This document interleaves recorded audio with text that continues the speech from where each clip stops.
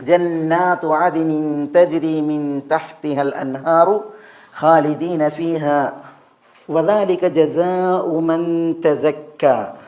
വദാലിക് അത് എന്ന് പറഞ്ഞെങ്കിൽ ഈ അദ്ദറജാത്തുൽ ഉലാ ജന്നാത്തു അദ്നിൻ ഇതുണ്ടല്ലോ, അത് ജസാഉ മൻ യാതൊരുവനുള്ള പ്രതിഫലമാണ്.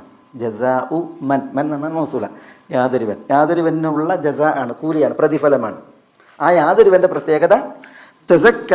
യേഷ്മ തസക്ക,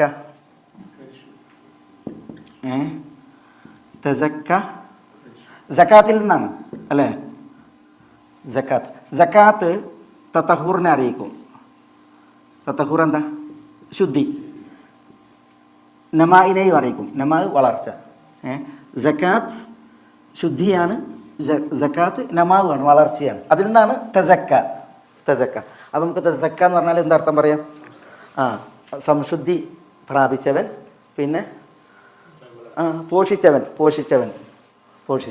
അപ്പം എന്താ പിന്നെ തസക്ക എന്ന് പറഞ്ഞിട്ടുണ്ടെങ്കിൽ ശുദ്ധി പ്രാപിക്കേണ്ടത് ഇതിൽ നിന്ന് വലിയ ശുദ്ധിയും ചെറിയ ശുദ്ധിയും അതല്ല. പിന്നെയോ ഇവിടെ ശരിക്കും ശുദ്ധി പ്രാപിച്ചവൻ എന്ന് പറഞ്ഞിട്ടുണ്ടെങ്കിൽ അതാണ് വിശ്വാസമായി സംസ്കരിച്ചവൻ, അതേപോലെ തന്നെ തെറ്റുകുറ്റങ്ങളിൽ നിന്ന് സംസ്കൃതനായവൻ, അങ്ങനെ ശുദ്ധമായവൻ. പിന്നെ നമ എന്താ? വളർച്ച എന്തുകൊണ്ടാ?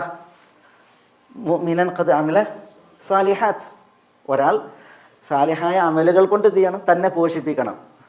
ധാർമ്മികമായിട്ടുള്ള പോഷിപ്പ്, ആത്മീയമായിട്ടുള്ള വളർച്ച, അതാണ് നമ. അതുകൊണ്ടാകണം. പിന്നെ തതഹൂർ, ഇത് തഹ്ലിയാണ്. എന്താ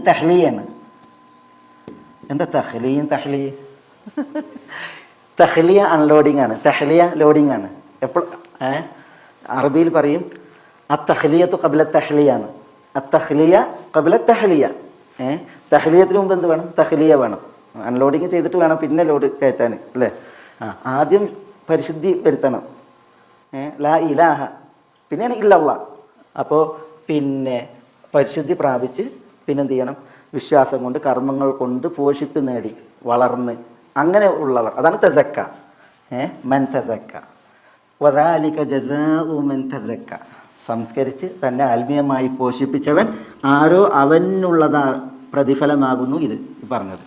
ജന്നാതു അദ്നിൻ തജ്രി മിൻ തഹ്തിഹൽ അൻഹാറു ഖാലിദീന ഫീഹാ വദാലിക ജസാഉ മൻ തസക്ക. ഇത്രയുള്ളൂ. ഫീഷ്കാൽ എന്തെങ്കിലും ഉണ്ടോ?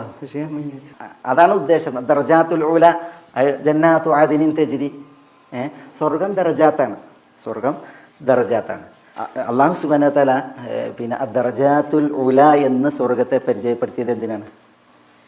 സ്വർഗത്തെ പരിചയപ്പെടുത്തിയത് ആ ദർജാത്തുൽ ഉലയെ ലക്ഷ്യമാക്കിയിട്ട് നമ്മൾ പരിശ്രമിക്കണം, പണിയെടുക്കണം എന്നുള്ളത് കൊണ്ടാണ്.